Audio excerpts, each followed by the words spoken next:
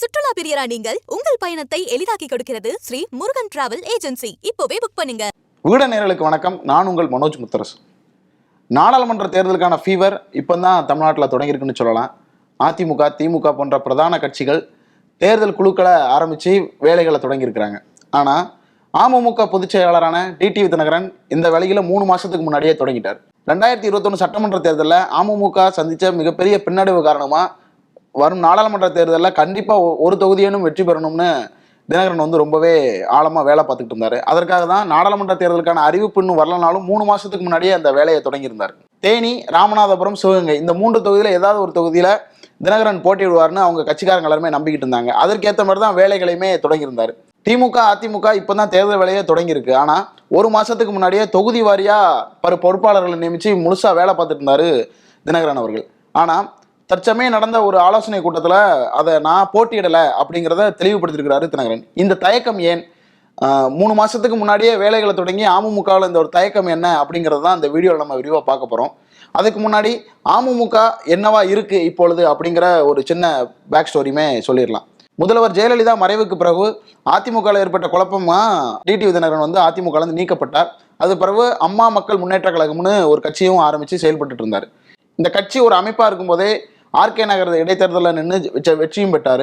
இதற்கு அப்புறம் நடந்த 2019 நாடாளுமன்ற தேர்தலில் எல்லா தொகுதியிலுமே போட்டியிட்டு 5% மேலே வாக்கு வங்கி பெற்றிருந்தார் டிடிவி தினகரன் அவர்கள். இது அதிமுகவான ஓட்டு தான், இதை பிரிக்கிறார் தினகரன் அப்படிங்கிற ஒரு பரவலாக பேசப்பட்டது. அது உண்மையும் கூட தான். ஆனால் 2021 தேர்தலில் மொத்தம் 125 இடங்களில் அமமுக போட்டியிட்டது. அவங்க வாங்கின வாக்கு என்பது வெறும் 2%. ஆனால் 26 தொகுதிக்கு மேலே அதிமுகவோட வெற்றியை அமமுக தான் பறித்ததுன்னு சொல்லலாம். வெறும் கொஞ்சம் மார்ஜினில் ஒரு 1000 ஓட்டு 2000 ஓட்டு அப்படிங்கிற ஒரு இதில் தான் அதிமுக மிகப்பெரிய ஒரு தோல்வியை சந்திச்சது. அதற்கு காரணம் அமமுக தான் அப்படின்னு ரிசல்ட் எல்லாமே சொல்லுது. ஆனால் இப்போ அமமுக என்ன நிலைமையில இருக்குது அப்படிங்கிறதுக்கு ஒரு சின்ன உதாரணம் சொல்கிறேன். என்னென்னா, குறிப்பாக தினகரனுக்கு ரொம்பவே நெருக்கமாக இருந்த பல முன்னணி நிர்வாகிகள் எல்லாமே அதிமுகவுக்கு வந்துட்டாங்க. குறிப்பாக சொல்ல போனோம்னா தஞ்சாவூர் சேகர் உள்ளிட்ட பல பேரை அதிமுக தன் வசம் இழுத்துருச்சு. இதுக்கு எல்லாமே 2021 சட்டமன்ற தேர்தலாக இருக்கும், அதுக்கப்புறம் நடந்த உள்ளாட்சி தேர்தல் தான் முக்கிய காரணமாக இருக்குது.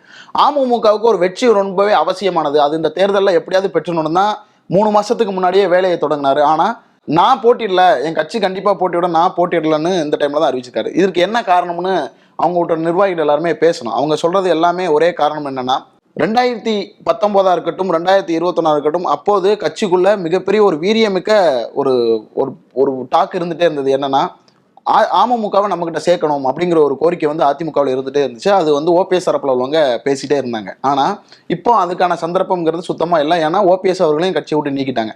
இப்போ அமமுகவுக்கு வெற்றிங்கிறது ரொம்பவே முக்கியமாக இருக்கணும். ஏன்னா அமமுக தொடங்கினதே அதிமுகவை மீட்கணும் அப்படிங்கிற ஒரு குறிக்கோளோட தான் தினகரன் அவர்கள் தொடங்கினாங்க. ஆனால் இப்போ அதிலிருந்து பின்வாங்கி அவங்க வேற கட்சி, நாங்கள் வேற கட்சின்னு அவர் பேச ஆரம்பிச்சிட்டாரு. அப்போது எங்களுக்கு வெற்றிங்கிறது ரொம்பவே முக்கியம். என்னன்னா, இது வரைக்கும் அதிமுகவோட வாக்கு வங்கியை வாங்கி இல்லை அவங்கள தோல்வி அடைகிறதுக்கு அமமுக முக்கிய காரணமாகவே இருந்துட்டு, ஆனால் அமமுக இப்போ ஒரு தனி கட்சியாக இயக்கம் வந்ததுனால எங்களில் ஒரு ஆளாவது மக்கள் பிரதிநிதி ஆகணும், அது சட்டமன்றத்திலேயோ நாடாளுமன்றத்திலேயோ ரொம்பவே அவசியம் அப்படின்னு தான் அவங்க கட்சிக்காரங்க எல்லாருமே சொல்கிறாங்க.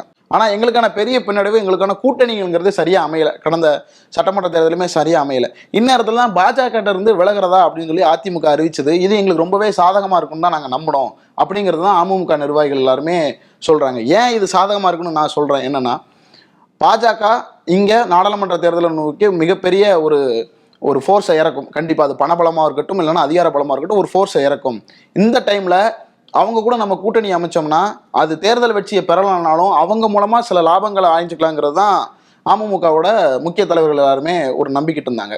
உதாரணமாக சொல்லணும்னா, இப்போ தினகரன் வெற்றி பெறாரு, ஒரு தொகுதியில் ஏதோ வெற்றி பெறாரு அப்படி இருந்தால் அவருக்கு ஒரு இணையமைச்சர் பதவி கிடைக்கலாம், இல்லைன்னா ஒரு அமைச்சர் பதவி கூட கிடைக்கலாம். ஏன்னா அதிமுகவோட முகமாக இங்கே அவர் போவார். அமமுக இருந்தாலும் அதிமுகவோட பேக்ரவுண்ட் இருக்கிறதுனால அவருக்கு எல்லாமே கொடுக்கும். அதன் மூலமாக சட்டமன்ற தேர்தலில் பாஜக ஒரு கணக்கு வைக்கும் தினகரன் மூலமாக அப்படிங்கிறது தான் அவங்க நல்லா நம்பிக்கிட்டு இருந்தாங்க. இதை தினகரனுமே நம்பினதுனால தான் சமீபமாக ஒரு 6 மாதத்தை எடுத்துக்கிட்டோன்னா தினகரன் எங்கேயுமே பாஜக குறித்து பேசவே இல்லை. அதாவது ரொம்ப ஒரு சட்டங்கள் குறித்து இல்லை மசோதாக்கள் குறித்தோ இல்லைன்னா அவங்களோட கருத்துக்களுக்கு எந்த ஒரு எதிர்கருத்துமே இல்லாமல் ஒரு மேம்போக்கான ஒரு அரசியலை தான் பண்ணிக்கிட்டு இருந்தார். இந்த டைமில் தான் அண்ணாமலை அவர்கள் மறைந்த முதல்வர் ஜெயலலிதா குறித்து ஒரு கருத்தை சொல்லியிருந்தாங்க. இதை மையமிட்டு தான் அதிமுக கொந்தளிச்சது. அது தொடர்ந்து அண்ணா குறித்தும் அண்ணாமலை பேசினது தான் இந்த கூட்டணி முறிவுக்கே ஒரு காரணமாக இருந்துச்சு. இந்த டைம்ல கூட டிடிவி தினகரன் அவர்கள் வந்து அண்ணாமலை குறித்தோ இல்லை பாஜக குறித்தோ பெருசாக விமர்சிக்கவே இல்லை. அதை எளிமையாக கடந்து போயிட்டாரு. அவர் கருத்து நான் அதுல இருந்து உடன்படலை அப்படிங்கிற மாதிரி கடந்து போயிட்டாரு. இதுதான் அமமுக உள்ளவங்களுக்கு ஒரு பெரிய ஒரு அதிருப்தியை தந்துச்சு. என்னன்னா, அம்மா குறித்தே அண்ணாமலை இப்படி பேசுறாரு, ஆனாலும் அண்ணன் எப்படி அவங்ககிட்ட நெருக்கமாயிட்டே இருக்கிறாங்கிறது தான் அவங்க குறித்துலேயும் ஒரு சலசலப்பாக இருந்துச்சு. அந்த சலசலப்பை பயன்படுத்தி அதிமுக வந்து நிறைய அமமுக நிர்வாகிகளை தன் பக்கம் இழுத்துக்கிட்டாங்க. அமமுக பொருளாளர் மனோகரனே அப்படித்தான் அதிமுகவுக்கு வந்தார். இப்படி ஒரு கட்டத்தில் பாஜக கூட கூட்டணி அமைச்சா கண்டிப்பாக நம்ம தேர்தல் லாபம் அடையலாம்ங்கிறது தான் டிடிவி தினகரனோட ஒரு எண்ணமாக இருந்துச்சு. அந்த டைமில் தான் ஓபிஎஸும் வந்து சேர்றாரு. ஒற்றை தலைமை விவகாரத்தினால நீக்கப்பட்ட ஓபிஎஸ் வந்து டிடிவி தினகரனோட சேர்றாரு. அப்போ ரெண்டு பேருமே சேர்ந்தா சவுத்தில் ஒரு இம்பாக்ட் பண்ணலாம், முக்குளத்தோட சமூக வாக்குகளை தங்க பக்கம் இழுக்கலாம் அப்படிங்கிற ஒரு நம்பிக்கையை வச்சுட்டு இருந்தாங்க. இப்போ இதை எப்படியாவது சாதகப்படுத்திக்கணும் அப்படின்னா பாஜகவும் நினச்சி 3 பேரையும் கூட்டணிகளை அமைக்கிறதுக்கான ஒரு முயற்சிகள் எல்லாமே பண்ணிக்கிட்டு இருந்தாங்க. அதற்கான வேலைகள் தான் பின்புறத்தில் நடந்துக்கிட்டே இருக்கு. ஆனால் தினகரன் நம்ம தேர்தலில் வெற்றி பெறுவோம் அப்படி ஒரு நம்பிக்கை இழந்துட்டாத தான் அவங்க சொல்கிறாங்க, அவங்க கட்சிக்காரங்க எல்லாருமே சொல்கிறாங்க. அது என்னன்னா நம்ம பார்க்கலாம். டிடிவி தினகரனுக்கு நாடாளுமன்ற தேர்தல் ஒன்றும் புதுசு கிடையாது. 1999 பெரியகுளம் நாடாளுமன்ற தொகுதியில் போட்டியிட்டு வெற்றி பெற்றாரு. அதிமுக வேட்பாளராக அப்போ நின்னாங்க. இதே மாதிரி தான் 2004 பெரியகுளம் தொகுதியிலே நின்று தோல்வி அடைகிறாரு. வெறும் 21,000 வாக்கு வித்தியாசத்தில் தான் தோல்வி அடைகிறாரு. அப்போ தேனி தொகுதி நமக்கு ரொம்பவே ஒரு பரிச்சயமானது தான், கொஞ்சம் செல்வாக்கவும் இருக்கிறோம், அந்த தொகுதியில் நிற்கலாம் அப்படிங்கிறது தான் அவரோட எண்ணமாக இருந்தது. ஆனால் ஓபிஎஸோட மூத்த மகன் ஆல்ரெடி அங்கே எம்பியா இருக்கிறாரு. அவர் மீண்டும் தான் போட்டியிடணும், எப்படியாவது சுயேட்சையா நின்னும் அல்லது பாஜக சின்னத்திலே நின்று ஜெயிச்சிக்கணும்னு தான் அவரோட எண்ணமா இருக்கு. அப்போ அந்த தேனி தொகுதியை விட்டு கொடுக்குற நிலைமையில ஓபிஎஸோட வீட்டார்கள் இல்லை. அதே மாதிரி தான் சிவகங்கை ராம்நாட்லையுமே நின்னாங்க. ஆனால் பாஜக கூட்டணி அமைச்சோம்னா ராமநாதபுரம் நமக்கு கிடைக்காதுன்னு டிடிவி தினகரனுக்கு தெரிஞ்சிருச்சு. அப்போ சிவகங்கை ஒன்று தான் வழி. அப்போ சிவகங்கையில் அதுக்கான தேர்தல் பணி எல்லாமே பார்த்துக்கிட்டு இருந்தாரு. அந்த டைமில் தான் அங்கே அமைச்சர்கள் இருக்கிறாங்க, ராஜகண்ணப்பனா இருக்கட்டும் அல்லது பெரிய கருப்பனா இருக்கட்டும், 2 பேருமே சிவகங்கை தொகுதியில் வந்து ரொம்பவே தீவிரமாக வேலை பார்ப்பாங்க. இது மட்டும் இல்லாமல் ராஜகண்ணப்பனுக்கும் டிடிவி தினகரனுக்கும் ஏற்பட்ட முன்பகையும் ஒன்று இருக்குது. அதனால கண்டிப்பாக நம்மளை தோக்கடிக்கணும்னு அங்கே ரொம்ப தீவிரமாக இறங்குவாங்க. சிவகங்கையும் நமக்கு வேண்டாம். இப்போ இந்த டைமில் நம்ம தேர்தல் வச்சுங்கிறது நமக்கு ரொம்பவே முக்கியம். இந்த தேர்தலை நம்ம தோத்தோம்னா அமமுக இல்லாமல் போயிடுறதுக்கான ஒரு வாய்ப்புமே இருக்கும். இல்லைனா ஒரு ரிஸ்க் எடுக்கலாம், பெரிய அமௌண்ட்டை செலவு பண்ணி பாஜகவோட கூட்டணி அமைச்சு கண்டிப்பாக தேர்தலில் நின்று ஒரு தொகுதியை வெற்றி பெறோம்னா அதனால நமக்கு கிடைக்கிற லாபம் என்ன? நம்மளோட இலக்கு சட்டமன்ற தேர்தலில் இல்லை, இங்கே ஒரு 20 எம்எல்ஏ 30 எம்எல்ஏ அடுத்த தொகுதியில் வரணுங்கிறது தான் அவரோட முழு எண்ணமாக இருக்குது. நம்ம நாடாளுமன்றத்தில் போய் நின்னோம்னா இங்கே எப்படி வேலை பார்க்குறது, அப்பவும் கட்சிக்கு ஒரு பின்னடைவு ஏற்படும் தான் டிடிவி தினகரன் நினச்சிட்டே இருந்தார். இது எல்லாத்தையும் தாண்டி தேர்தலில் வெற்றி பெற முடியுமா அப்படிங்கிறது தான் அவரோட சீனியர்கள் எல்லாருமே ஒரு கேள்வியை முன் வச்சிருக்கிறாங்க. இப்போ தொடர்ந்து சுற்றுப்பயணத்தில் இருக்கிறாரு. அந்த தேர்தல் பொறுப்பாளர் எல்லாருமே சந்தித்து சுற்றுப்பயணத்தில் இருக்கிறாரு. இப்போ அந்த விவாதத்தில் எல்லாமே பேசப்பட்டது என்னன்னா, ஆனால் நமக்கு இது வேண்டாம், நம்ம நின்னோம்னா கண்டிப்பாக ஜெயிப்போமான்னு தெரியல, உங்களோட வெற்றி ரொம்பவே முக்கியம், அதனால கொஞ்சம் யோசிங்கன்னு சீனியர்கள் எல்லாருமே சொல்லியிருக்கிறாங்க.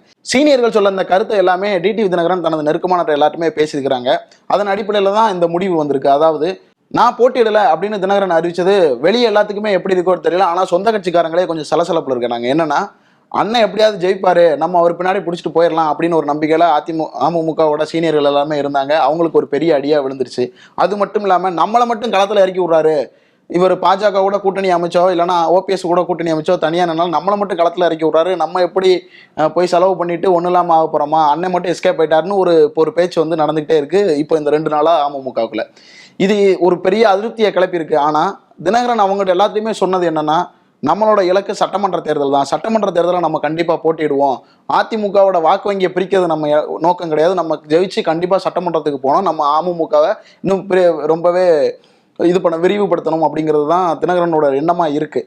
ஆனால் இந்த நாடாளுமன்ற தேர்தல், அதாவது ஒரு தேர்தல் என்பது ஒரு கட்சிக்கு வந்து திருவிழா மாதிரி தான். அந்த திருவிழாவில் பங்கேற்காம பின்னுக்கு வருவதுங்கிறது ஒரு தோல்வியை ஒப்புக்கொள்கிற ஒரு இடம் தான். ஆனாலும் இந்த தோல்விங்கிறது கட்சியை இன்னமும் ஒரு பின்னடைவுக்கு கொண்டு வருங்கிறது தான் தினகரனோட எண்ணமாக இருக்குது. ஆனால் அவங்க கட்சிக்குள்ளே இருக்கவங்க எல்லாரோட மனநிலை எப்படி இருக்குன்னா, தேர்தலில் போட்டியிடணும், நம்மளோட பலம் என்னன்னு நம்ம தெரிஞ்சுக்கணும், அப்போ தான் சட்டமன்ற தேர்தலுக்கு அது உதவும், எந்தெந்த தொகுதியிலலாம் ஸ்ட்ராங்காக இருக்கணும் இன்னும் கொஞ்சம் தெரியும் நமக்கு அப்படிங்கிற ஒரு எண்ணமாக இருக்குது. இது எல்லாத்தையுமே தாண்டி தினகரன் ஒரு முடிவு எடுத்துட்டாரு. அதை கண்டிப்பாக அவர் வந்து பின்வாங்க மாட்டாருன்னு அவங்க நெருக்கமானவங்க எல்லாருமே சொல்கிறாங்க. இந்த தேர்தலுங்கிறது, நாடாளுமன்ற தேர்தலுங்கிறது பாஜகவுக்கும் திமுகவுக்கும் நடக்கிற போட்டி, இதுக்குள்ளே அதிமுக பங்கேற்று நடக்குதே தவிர நம்ம இதுக்குள்ளே போய் சிக்கி நம்ம கை காசை இழக்க வேண்டாம், இந்த காசு எல்லாமே வச்சுக்கிட்டிங்கன்னா சட்டமன்ற தேர்தலுக்கு ரொம்பவே உதவுங்கிறது தான் டிடிவி தினகரனோட தரப்பில் சொல்கிறாங்க. 2019 நாடாளுமன்ற தேர்தலுங்கிறது அமமுகவுக்கு ரொம்ப முக்கியமான தேர்தல்.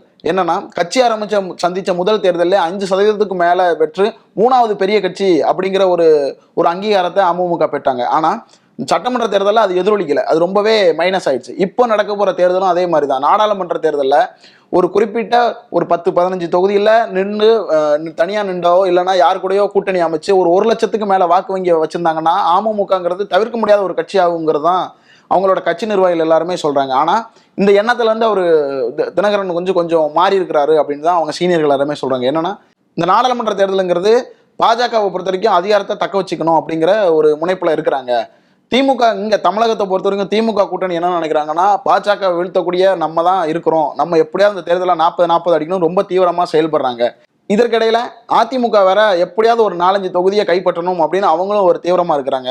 அவங்க சீனியர்கள் எல்லாமே வேற ஒரு எண்ணத்துல இருந்தாலும் எடப்பாடி பழனிசாமிக்கு ஒரு எண்ணம் இருக்கிறது என்னன்னா, இந்த நாடாளுமன்ற தேர்தலில் ஒரு 6 சீட்டு 7 சீட்டு கண்டிப்பா ஜெயிச்சே ஆகணும், மற்ற எல்லா தொகுதியிலுமே டஃப் கொடுக்கணும் அப்படிங்கிறது ரொம்ப தீவிரமா இருக்கிறாரு. இந்த இடத்துல நம்ம போய் சிக்கணும்னா கண்டிப்பா சின்ன பின்னமா ஆயிடுவோம் அப்படிங்கிறது தான் தினகரனோட எண்ணமா இருக்கிறதுனாலதான் தான் போட்டியிடல, கட்சி எப்படியா கிளம்ப இருக்கணும், ஆனா இந்த தலைவரோட வெற்றிங்கிறது ரொம்பவே அவசியமானது, அதனால நான் போட்டியிலிருந்து விலகுறேன் அப்படிங்கிறது தான் அவரோட எண்ணமா இருக்கு. ஒரு நாடாளுமன்ற தேர்தலில் தான் போட்டியிடலைங்கிற முடிவை தினகரன் வெளிப்படையாவே அறிவிச்சிட்டாரு. இது கட்சிக்குள்ள ஒரு சலசலப்பை ஏற்படுத்தியிருக்கு. இது எல்லாத்தையும் சமாளிச்சு நாடாளுமன்ற தேர்தலுக்கு என்ன இது வச்சிருப்பாரு, யார் கூட கூட்டணி அமைக்க போறாரு, ஓபிஎஸோட நிலைமை என்ன ஆகும் அப்படிங்கிறதெல்லாம் நம்ம பொறுத்திருந்து தான் பார்க்கணும். சுற்றுலா பிரியரா நீங்கள் உங்கள் பயணத்தை எளிதாக்க ஒரு சீக்ரெட். ஸ்ரீ முருகன் டிராவல் ஏஜென்சில உள்நாடு வெளிநாடுன்னு நினைச்ச இடத்துக்கு பிடிச்சவங்களோட போக இப்போவே புக் பண்ணுங்க. Shri Murugan travel agency.